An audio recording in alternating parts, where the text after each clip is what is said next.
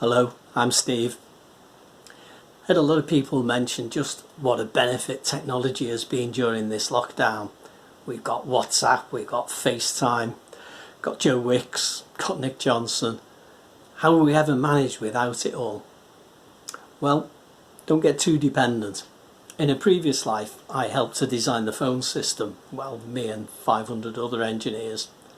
And one essential feature of it had to be a thing called preference working.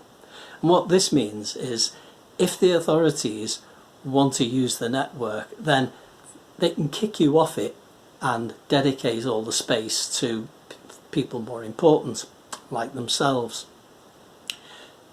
I mention this because sometimes we can convince ourselves that God has got preference working on his access. If he's got Peter Gregg praying and Tim Hughes worshipping, then he won't want me getting in the way. Me and the stuff that bothers me isn't all that important to distract him with. Now, it's a natural view, but it's not like that, and there's plenty of scripture that points us in the opposite direction. In Jeremiah, if you seek me, you will find me, if you seek me with your whole heart, and call to me and I will answer and show you great and unsearchable things. The verse that first came to my mind when I was thinking about this was planted in me by my infant Sunday school days by a slightly scary Scottish spinster lady. It's from Revelation chapter 3.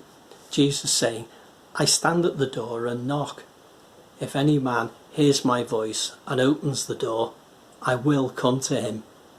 It's a fantastic summary of the Christian gospel. Anyone who invites Jesus into their lives is promised a response from him. Come to him now, you can hear the evangelist say. But wait a minute, Revelation 3 was written to a church. People who've already invited Jesus into their lives. A church that reckons they're doing pretty well okay, really. Yet Jesus pictures himself waiting outside to be invited in. Hopefully it's a temporary lockout.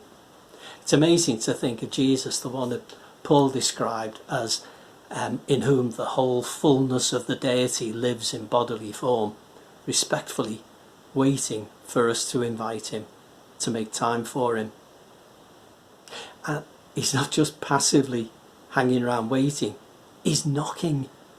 He's not taking offence, but he's giving a gentle reminder that as we have his life and his spirit in us, it would be good to spend a bit of time together. How different this is to wondering whether God can spare some time for us. He's ready, he's waiting for us to open up to him. Someone said, the only person who can ask a king, call to a king at 3 a.m. and ask him for a drink of water is his child. Oh, and if you're not a churchy person, I don't know, maybe you're a Spurs fan and you got here because YouTube messed up your search for the lane, then this applies to you too. Open up to God and he'll respond to you. Yeah, really.